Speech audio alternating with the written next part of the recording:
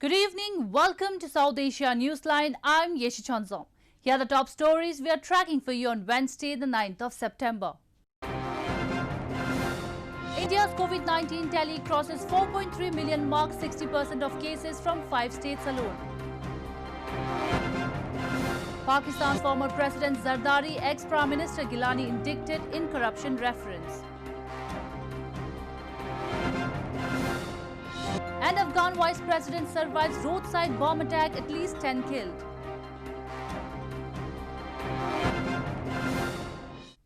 And now for all the details. India reported 89,706 new coronavirus infections on Wednesday, taking its total case load to 4.3 million.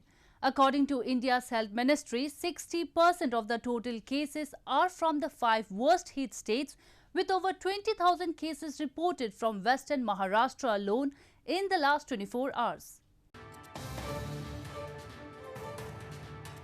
India reported 89,706 new coronavirus infections on Wednesday, taking its total case load to 4.3 million. India's Health Minister Dr. Harshvardhan in a tweet said, 60% of the total cases are from the 5 worst hit states, adding that of the cases in the last 24 hours, over 20,000 are from Western Maharashtra alone. Maharashtra, Andhra Pradesh, Tamil Nadu, Karnataka and Uttar Pradesh, in that order, are the 5 worst affected states in the country. India's current COVID-19 tally stands at 4,370,128. Meanwhile, in the backdrop of the ongoing Unlock 4, partial resumption of activities in schools for students of classes 9 to 12 will be allowed from 21st of September.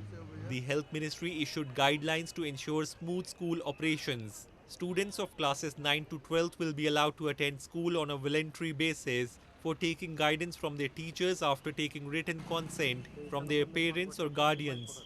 Apart from mandatory masks, schools have to ensure regular sanitization. Bollywood actress Riya Chakraborty was moved to a jail in western Mumbai on Wednesday, a day after she was arrested on drug charges related to her boyfriend, actor Sushant Singh Rajput's death case. Rajput died in June this year and the case is still under investigation. Bollywood actress Riya Chakraborty was shifted to Baikala jail in India's entertainment capital Mumbai on Wednesday, a day after she was arrested on drug charges related to her boyfriend, Bollywood actor Sushant Singh Rajput's death case. Chakraborty was sent to jail for 14 days during a video hearing by a magistrate who rejected her bail on Tuesday night. The 28-year-old actor spent Tuesday night at the Narcotics Control Bureau office. Chakraborty has been charged with organizing drugs for Sushant Singh Rajput, whose death on 14th of June is being investigated by the country's premier investigation agency, CBI. The actress' brother Shovik Chakraborty, Sushant Singh Rajput's employees Samuel Miranda and Dipesh Sawant are also in jail for being in touch with drug dealers. In news from Pakistan, Pakistan's former President Asif Ali Zardari and ex-Prime Minister Yusuf Raza Gilani were indicted by an accountability court in the Toshkhana or official treasury reference on Wednesday, while former Premier Nawaz Sharif was declared a proclaimed offender over his continued absence from the proceedings, according to local media reports. An accountability court on Wednesday indicted Pakistan's former President Asif Ali Zardari and ex-Prime Minister Yusuf Raza Gilani in the Toshakhana or official treasury reference, while declaring former Premier Nawaz Sharif a proclaimed offender over his continued absence from the proceedings.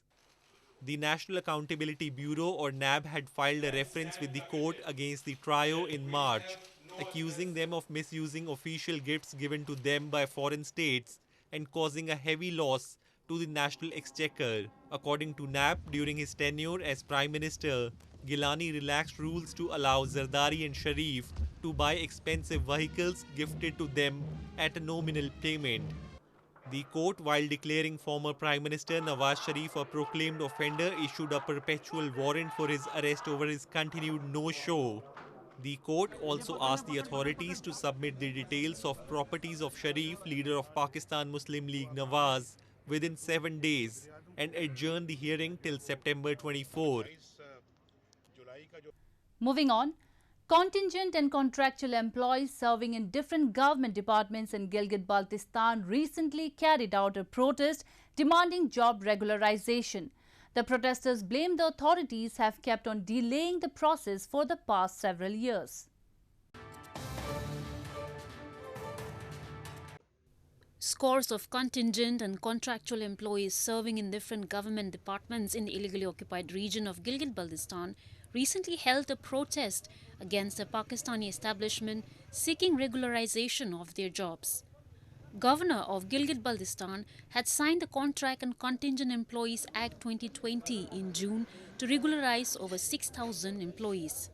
The protesters who gathered outside the Secretariat office blamed the bureaucrats are delaying the process. 15 साल से ये अपने Gilgit Baltistan government को सर्व कर रहे हैं, लेकिन इनकी सुनवाई नहीं हो रही है। अब चूँकि एक भी आ गया, लॉ पास हो गया, अब उस लॉ को इम्प्लीमेंट करने में क्या मसला है? Locals and government workers in Gilgit-Baltistan have to often hit the streets to demand even the basic rights. The illegally occupied region has also been swept by a wave of dissent in the last few months due to negligence amid coronavirus pandemic. People have not just been seeking their rights, but challenging the decade-old suppressive status quo. In news from Afghanistan, a bomb targeting Afghanistan's first Vice President Amrullah Saleh has left at least 10 people dead and several others injured. Saleh, known for his anti-Taliban stance, escaped unharmed. Though Taliban has denied its involvement in the blast, this comes just ahead of long-awaited peace talks between the Afghan government and the Taliban in Qatar.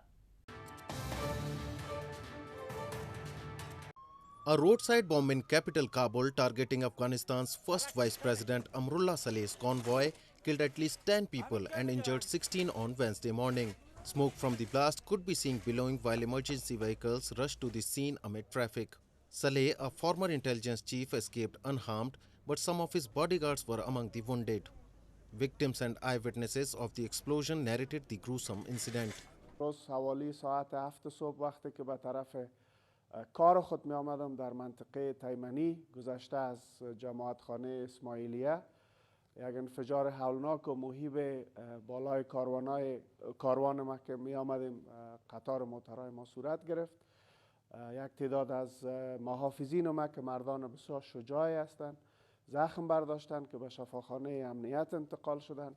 The Taliban issued a statement denying involvement in the blast, which comes just ahead of long-awaited peace talks between the Afghan government and the Taliban in Qatar's capital, Doha. Meanwhile, Afghan President Ashraf Ghani, Abdullah Abdullah, chairman of High Council for National Reconciliation, and several other leaders condemned the attack. The presidential palace in a statement said that such attacks cannot weaken a strong will of the people for peace and that the security and defense forces will continue to fight terrorism. Abdullah called for a serious investigation. In news from Nepal, Nepal on Wednesday recorded 14,868 active cases of the coronavirus with at least 306 deaths. With this, the country's recovery rate from the deadly virus has also increased in past 1 week. Recovery rate of Nepal had continued to slide to less than 55% by the end of August, but it has increased significantly from the starting of this month. Recovery rate of COVID-19 patients in Nepal has increased significantly in the past 1 week, shows the country's health ministry data. On Wednesday alone, the Himalayan nation reported only 902 new virus cases and 2,287 people recovered across the country in the last 24 hours.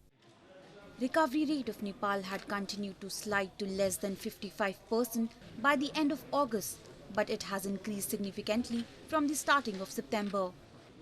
Despite the improvements seen over the last 1 week, the health ministry has warned people not to flaunt the safety protocols and exercise high caution. Though the number of recovery and cases around the nation has continued to decline, capital Kathmandu is still witnessing surge in cases. Prohibitory orders have been in force in Kathmandu Valley since 20th of August in a bid to subdue the increasing virus cases.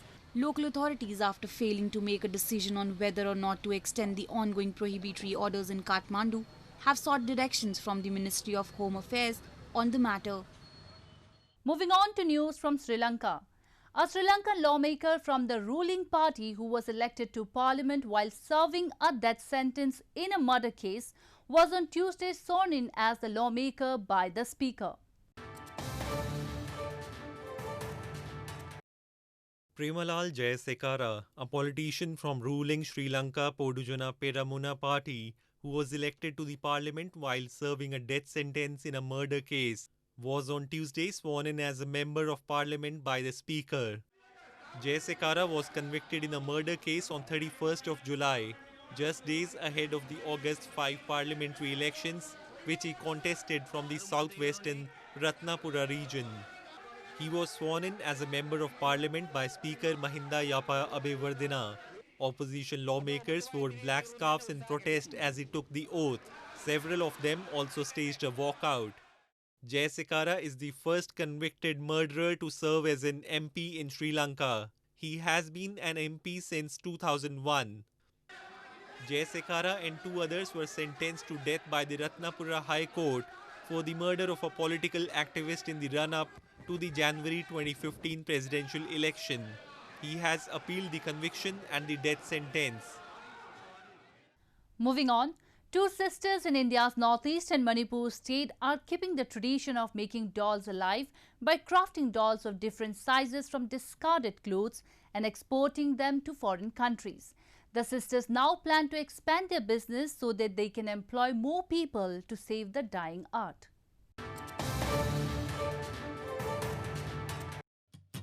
Two sisters, Sushila Sorokibam and Lingthoi Ngambi, accompanied by some staff members, are keeping the tradition of making dolls alive in India's northeastern Manipur state by crafting dolls of different sizes from discarded clothes and exporting them to foreign countries. The vividly colorful dolls are locally known as Lai Phadibi, meaning a feminine image of God made from clothes. The Meitei community in Manipur's Imphal believes that Lai Phadibi has mystic powers and it is treated as a living spirit with feelings. Kuire aina piingaidagi adum chaba hobare. Maruina sabse kanami tamge. Ai chaba je akhoigi ima baba dagi adum tame. Sisi khennabaje akhoigi thainegi oiba potuna akhoigi machakse haujikanjidi nahawai sizinarambada akhoi mahoina sizinarambada akhoigi charuna sizinarame hai ado akhoina khangakpadadi charudu kadaidagi lorune haujiti chakholakpai matungina adunga matam matangi oiba moongda sanabai puthongnabai damakta akhoina spoloina sizinarame. The sisters have received various state awards from the Northeast Zone Cultural Center and the government of Manipur. They now aim to expand the business and employ more and more people to save the dying art.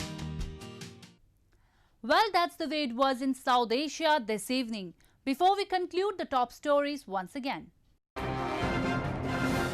India's COVID-19 tally crosses 4.3 million mark, 60% of cases from 5 states alone. Pakistan's former President Zardari, ex-Prime Minister Gilani indicted in corruption reference. And Afghan Vice President survives roadside bomb attack, at least 10 killed. Now our viewers can watch the show on SouthAsiaNewsline.com. You can also visit us on Facebook.com/AsAsiaNewsline and follow us on Twitter @AsAsiaNewsline. That's all in tonight's edition. We'll see you same time tomorrow. Good night.